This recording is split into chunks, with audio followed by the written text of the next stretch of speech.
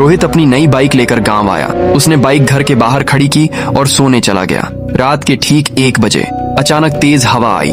हवा सीधी बाइक से टकराई और अगले ही पल इंजन अपने आप स्टार्ट हो गया, मानो कोई अदृश्य हाथ उसे चला रहा हो।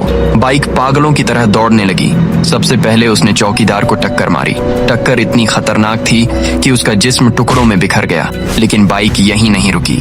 उसने रास्ते में चलते एक और आदमी को कुचल डाला। दोनों की मौके पर मौत हो गई और फिर बाइक उसी जगह लौटकर खड़ी हो गई, जैसे कुछ हुआ ही ना हो। सुबह रोहित उठा, बाहर आया, देखा बाइक थोड़ी खिसकी हुई थी, टायरों पर खून के धब्बे थे। तभी गांव में शोर मचा, रोने की आवाजें आईं, भीड़ जुटी थी। रोहित वहां पहुंचा तो देखा चौकीदार और वो आदमी खून से लथपथ पड़े थे।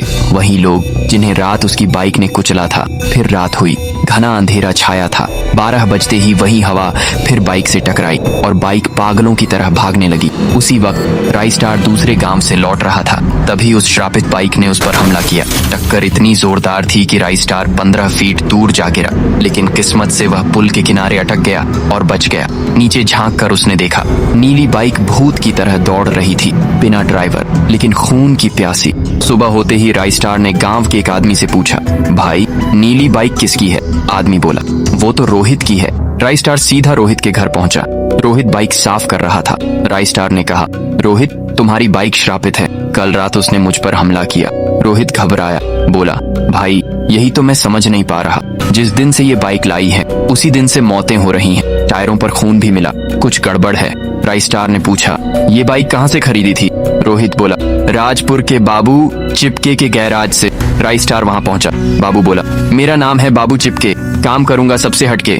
राइस्टार गुस्से में चिल्लाया, सीधे बता इस बाइक का राज क्या है? मौतें हो चुकी हैं। बाबू ने गहरी सांस ली और बोला, ये बात 15 साल पुरानी है। हर्ष नाम का लड़का इस बाइक का मालिक था। उसके दुश्मन बहुत थे। एक रात किसी ने उसकी बाइक पंचर कर दी। उसी वक्त उसकी बूढ़ी माँ की तबीयत बिगड़ गई। हर्ष माँ को लेकर उसी पंचर बाइक पर अस्पताल भागा, लेकिन रास्ते में टायर जवाब दे गया। माँ ने वहीं दम तोड़ दिया। उस दिन के बाद से ये बाइक मौत का सौदा बन गई। जो भी इसे चलाएगा उसके रास्ते में सिर्फ खून ही होगा।